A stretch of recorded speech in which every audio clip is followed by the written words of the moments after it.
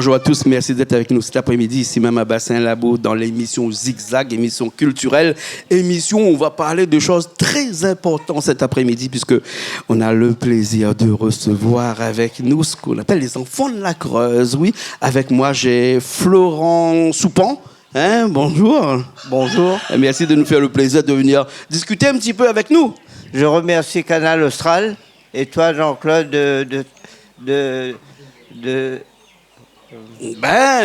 t'accueillir. De m'accueillir. Oui, exactement. Hein. Excuse-moi un peu du... Non, mais tu perds un peu ton latin, mais c'est normal.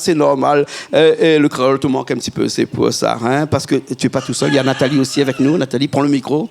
Bonjour. Oui, bonjour. Merci de nous faire part aussi de ton expérience des enfants de la Creuse. On va en parler un petit peu, c'est ça? Oui. D'accord. Et puis, on a un artiste avec nous, un chanteur. Je dirais même presque à la limite un bout en train, parce que souvent, il vient chanter avec nous. Il paraît qu'il l'année dernière, il est venu chanter aussi avec nous. Il aime bien le rock. Il ressemble un peu à Johnny Hallyday. Il s'appelle Adriano. Ouais. Et il est avec nous aussi. Comment ça va? Bonjour Jean-Claude. Donc, je viens pour soutenir mon ami Florent dans la promotion de son bouquin. D'accord. Florent, qui est un enfant de la Creuse, hein, on dit comme ça maintenant, donc on redit la même chose. Hein, ces enfants qui ont été expatriés dans les années 60, hein, oui. Et il y en a à peu près 2000 qui ont été expatriés dans la Creuse et qui ont quitté la Réunion de façon un petit peu, comment on va dire, forcée. Hein, et sont allés dans ce département de la Creuse pour repeupler cet endroit qui manquait d'enfants et qui faisait que la France aujourd'hui a heureusement encore des enfants qui peuvent assurer les dépenses de l'État. Voilà, hein, comme ça on dit ça. Hein. Tu as écrit un livre, hein, Florent Soupramania. Alors explique-moi un petit peu pourquoi tu t'appelles Florent Soupan et dans ton livre, c'est écrit, je montre à Richard, Florent Soupramania. Soupramania, c'est le prénom indien qu'on m'a donné et que ça me fait deux prénoms, Florent en français et dans l'état civil, et Soupramania que mon père a donné. Pour notre communauté tamoule, on nous donne toujours un nom. Mais Soupramania est toujours un nom ici à La Réunion et non pas un prénom. Oui, mais moi, ça a été un prénom. C'est un prénom alors. Hein? Et Soupan, S-O-O-P-P-A-N, c'est ton nom. C'est mon nom. C'est ton nom. Hein? D'accord. Hein, voilà. Dans ton livre, tu écris que tu étais un survivant de la Creuse. Exactement. Explique-nous un petit peu, avant qu'on va voir Nathalie et puis Adriano qui va nous expliquer un petit peu tout à l'heure tout ça. C'est-à-dire que j'ai eu, comme disent les hindous, un mauvais karma. Un mauvais karma. Un mauvais karma. Le karma a commencé comment? C'est-à-dire que nous, déjà, notre enfance a été dure, parce que notre père a été, à un moment de sa vie, mets le micro plus près. Il était violent et tombé dans l'alcool, et ça a apporté une violence chez lui, et ça a tout désagrégé, ça a tout détruit, il a tout détruit, et de là après, tout était détruit, on a été envoyé, il nous a envoyés en France, en métropole, parce qu'il ne pouvait plus subvenir à nos besoins. Alors, quand on dit qu'il nous a envoyés, c'est tes parents qui t'ont envoyé ou bien sinon c'est des gens qu'on appelle les gens de la DAS, les gens Non, qui sont venus te chercher? On a été confiés à la DAS parce qu'ils ne pouvaient plus subvenir à nos besoins, mais c'est lui qui a décidé. C'est les parents qui décidaient? C'est lui le père qui a décidé.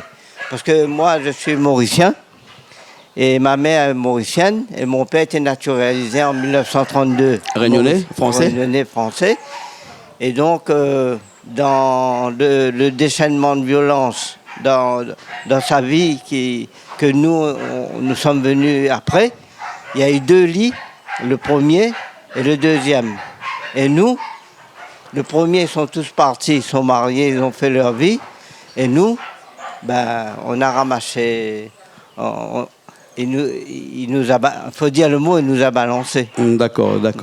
Hein. Et quand tu es arrivé là-bas, je te tutoie, excuse-moi, hein, Florent, hein, mais quand tu es arrivé là-bas en métropole, et plus précisément dans ce département de la Creuse, là, Tu l'as vécu comment? Guéret. Tu avais quel âge déjà? J'avais 13 ans. Donc, tu étais quand même assez, presque, pas encore adolescent, mais presque adolescent. Là. Tu comprenais les choses, là, dans cette période-là. Hein? Et disons, à La Réunion, il faut bien dire les choses. Les enfants sont pas développés comme en métropole. Mets le micro plus près. Comme en métropole, c'est autre chose. Ici, c'est encore famille, tout fermé, avec les problèmes familiaux, tout ce qu'on sait. Les années 50, c'est ce qui se passait dans la misère et tout, c'était dur. Oui, oui. C'était pas que nous, enfants de la Creuse, on a été envoyés, mais les Réunionnais souffraient beaucoup de la misère et des problèmes.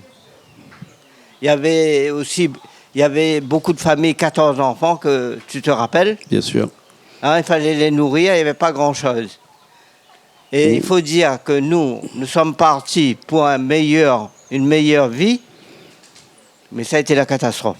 D'accord. Donc, tu es parti chercher... Pour mon cas, hein. Ouais, maintenant, je ne parle pas pour les autres. Ouais. Mais je sais que dans une grande majorité... Ça a dû te toucher beaucoup parce que tu as écrit un livre, hein, L'inconnu qui brise ma vie. Quand tu dis l'inconnu qui brise ma vie, c'est-à-dire que j'ai envie de te poser les questions, mais qui est cet inconnu-là?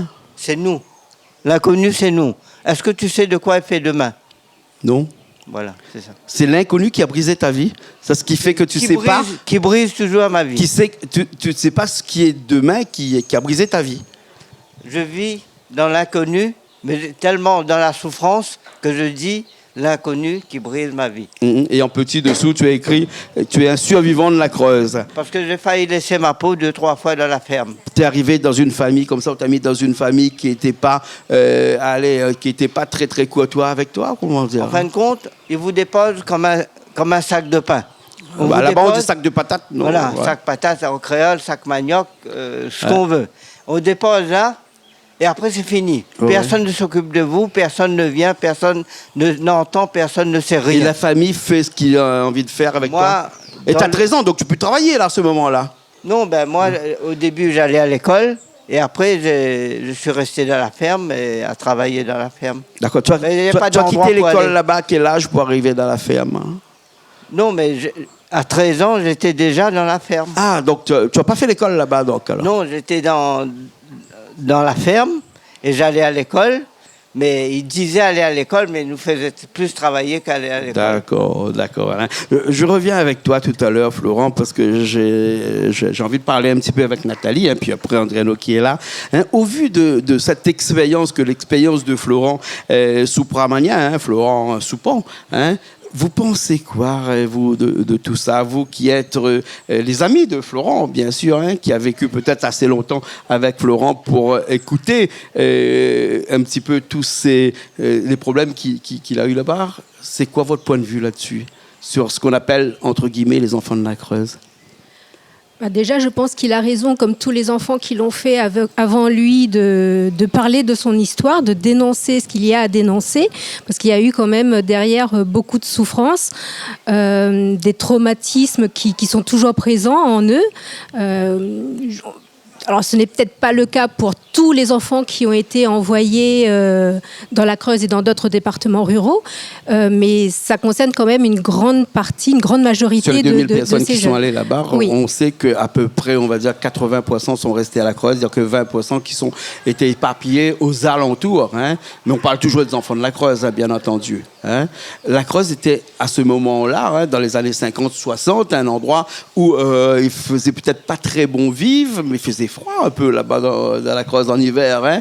Et il y avait beaucoup de fermes. Hein, beaucoup de fermes, et c'était un endroit où on avait besoin d'une main-d'œuvre aussi. Cette main-d'œuvre-là était plus facile de venir les chercher dans des, entre guillemets, encore des colonies, parce que en 50, 60, la Réunion était encore comme une colonie, hein, même si on ne le dit pas. Hein, et c'était un petit peu plus facile de venir les chercher ici, de les ramener là-bas, mais ils n'avaient pas dit qu'on les ramenait là-bas pour aller les forcer à travailler dans des fermes. Hein. Non, d'autant qu'on assurait aux parents que ces enfants-là allaient revenir pendant les vacances scolaires, qu'ils allaient avoir droit à des études, qu'à la fin de leurs études, ils auraient des terrains, une maison, que tout leur serait plus facile. Mais c'est pas possible, l'État ne peut pas mentir. Non, Je ne représente pas l'État. L'État ne ment pas. Généralement, il y a l'État qui nous écoute là. L'État ne ment pas. L'État est une personne qui n'est pas physique, qui est morale, qui ne peut pas, en aucun cas, vous promettre des choses qu'il ne tient pas. Et ça, c'est ce qui s'est passé. Vous n'êtes jamais revenu ici à La Réunion en vacances. Vous n'êtes jamais revenu ici pour revoir la famille. Je suis revenu 2 fois. Mais je veux dire, lorsqu'on vous promet une vie meilleure et que vous êtes dans l'enfer, ça n'a rien à voir. Mhm. Je ne dis pas que mon cas est personnel. Je ne parle pas des autres, ce qu'ils ont souffert, ce qu'ils ont fait. Mais je sais quand nous sommes arrivés à Guéret, on était tous dans le même train. Tous dans le même train. Mhm. Les filles avec des enfants, des bébés, des marmailles. On parle des enfants de la Creuse, là, Oui, on oui, a parlé des enfants avec des bébés. C'est la Creuse. Quand on a expatrié des gens comme ça, c'était pas que des jeunes enfants, là, il y avait aussi des adultes. Ah presque. oui, il y avait de jeunes filles qui avaient leur bébé, il y avait beaucoup de... Il y avait tout. Mhm. Hein, ils ne triaient pas, ben, ceux qui avaient des problèmes, ils essayaient de s'enfuir, d'aller trouver mieux. Et il y en a qui se sont enfuis comme ça. Mais après, moi je vous dis franchement, c'était dur. Mhm. Pour tout ce que je connais, c'était dur. Ah ouais. Ouais. Dur. Et qu'est-ce qui a fait que tu as tenu comme ça pendant toutes ces années? Qu'est-ce que tu avais dans la tête? Quel poids tu avais dans la tête? Ou sinon, qu'est-ce que tu avais que tous les jours, que ça te faisait tenir comme ça pour pouvoir être aujourd'hui ici avec nous à Canal Austral? Je veux te dire simplement, c'est Dieu. J'ai toujours prié. Toujours Même prié. quand tu avais Là, je 13 ans? prie, là, en ce moment, je prie. Ouais. Et j'ai une lettre aussi que j'ai adressée, la dernière page, à la communauté tamoule. Oui. Je suis tamoule. Ma femme est tamoule, est pratiquante à fond. Et je dis au tamoule, pendant mon passage, j'étais gravement malade, qu'est-ce que j'ai vécu? Et les dieux qui étaient autour de moi, il y a Muluga, et donc je pense Supramania. Ils verront dans le livre. D'accord. Je vais aller voir un chanteur dans un instant parce que comme tu me dis depuis tout à l'heure que tu as prié, il paraît que chanter c'est prier 10 fois, peut-être qu'il va m'expliquer un petit peu, mais avant, je voudrais juste lire un petit truc que tu as écrit dans ton livre, hein, que tu dis comme ça, hein, on m'appelait négro ou bougnoul, hein, bien sûr, tel un esclave, je devais m'acquitter de tous les travaux de la ferme et des champs sans me plaindre, sans me reposer, mais le travail n'était pas ce qu'il y avait de plus dur. Non, le plus terrible, c'était la faim. Tu mangeais pas à ta faim? Il donnait très peu à manger. Et moi, je buvais des litres de lait pour me tenir. Ah ouais? Parce que j'ai trayé les vaches. Et le soir, je buvais du lait et je mangeais des pommes, même gâtées. Mais eux, c'était un petit bout de pain, de la soupe, et c'était tout. D'accord. J'ai pas de mots. Je vais aller prier 10 fois alors. Je vais aller prier 10 fois. Mais non, parce que j'ai quelqu'un avec moi qui peut prier 10 fois. Adriano, comment ça va, toi? Toi, je te connais depuis chanteur depuis longtemps. Hein, et tu connais le dicton qui dit que lorsqu'on prie une fois, c'est une prière. Lorsqu'on prie 2 fois, c'est une louange. Mais quand on chante, c'est prier 10 fois. Est-ce que toi, tu as prié 10 fois pour Laurent? Plus que 10 fois, on va dire. Donc, on a toujours prié. Comme il y a une chanson d'un monsieur qui s'appelle Brandt, et c'est ma prière. Mike. Voilà. Mike. C'est une prière en permanence, perpétuelle. Ouais. Donc, comme disait Florent, eh ben, ces conditions de vie étaient plus proches. On sortait presque de la Deuxième Guerre mondiale. Donc, je pense qu'il a vécu dans des conditions proches de la Shoah. Bien sûr. Hein, tu disais bien qu'on sortait de la... Enfin, il y a 45 qui venaient finir. Il manquait des hommes aussi, parce qu'il y avait beaucoup d'hommes qui étaient morts à la guerre. Hein, donc, il fallait repeupler des petits quartiers, des petits villages, des petites régions, des départements, hein, comme ça. Et il manquait des hommes. Mais on n'a pas pris que des hommes, on a pris aussi des femmes aussi ici à La Réunion, Nathalie. Hein, il n'y avait pas que des garçons qui sont partis. Il y avait aussi des filles qui sont parties. Hein, et ces filles qui sont parties, là, ils étaient traités pareil, Florent? C'est-à-dire que c'est difficile parce que chacun... Mais, tu m'as dit tout à l'heure qu'on vous avait laissé en groupe, donc ça veut dire que Voilà. tu n'étais pas tout seul peut-être dans cette ferme-là, si? Non, j'étais tout seul, mais mes frères et sœurs, on a été séparés quand nous sommes arrivés à Guéret. On nous a séparés, Ouais. un là-bas, un là-bas. Et vous vous retrouvez un petit peu de temps en temps, pas du tout? Après, on s'est retrouvés 20 ans après. Ah, 20 ans après quand même. Hein, Comme ça dans le livre L'enfance volée, Oui. c'est ça.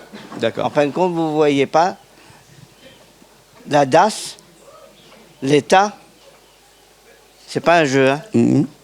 C'est une machine. Vous n'existez pas. Et quand vous êtes dans une ferme, vous n'avez plus rien, vous n'avez plus de frères, vous n'avez plus de sœurs, de maman, de papa. Qu'est-ce qui vous reste? Votre âme. C'est tout. Mhm. Et c'est pour ça que tu es venu prier, un croyant. Hein, tu as croyé, tu as pu.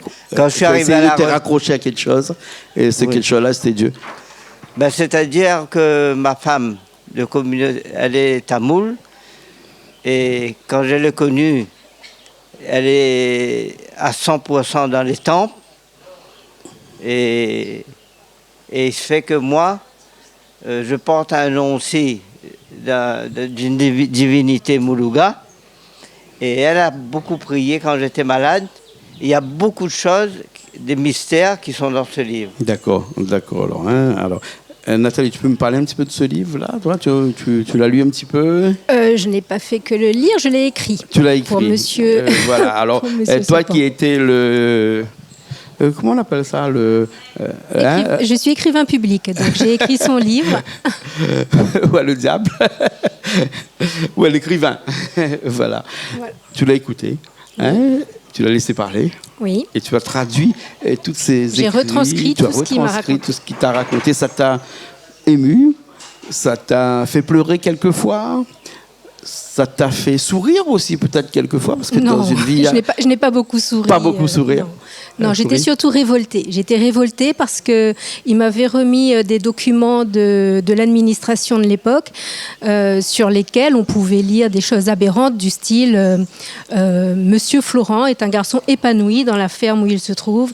Il apprécie sa famille d'accueil. Il ne veut pas entrer en contact avec sa famille d'origine. Ça, c'est des courriers que tu as mis à l'intérieur du livre, on ça, peut hein, parce qu'on peut le retrouver à l'intérieur. J'ai vu ça, hein. quelques documents. Oui.